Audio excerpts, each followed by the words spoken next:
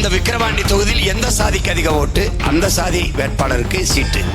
இதுதான் இவர்களுடைய கோட்பாடு. சாதி, மதம், சாராயம், பணம், சாப்பாடு, இதுதான் இவர்கள் கோட்பாடு. விக்கிரவாண்டி இடைத்தேர்தலில் நாம் தமிழர் கட்சி சார்பில் போட்டியிடும் அபிநயாவை ஆதரித்து கருவாட்சியில் நடைபெற்ற பொதுக்கூட்டத்தில் பேசிய சீமான், கடந்த 60 ஆண்டுகளில் இலவசங்களை வழங்குவதை தவிர ஆட்சியாளர்கள் மக்களுக்கு என்ன செய்திருக்கிறார்கள் என கேள்வி எழுப்பினார்.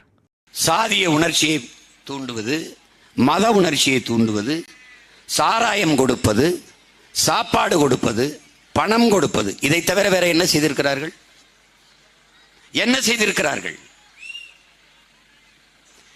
இதுவரை 60 ஆண்டுகால ஆட்சியில் இந்த ஆட்சியாளர்கள் நிறைவேற்றிய திட்டங்கள் சலுகை, போனஸ், மானியம், இலவசம்.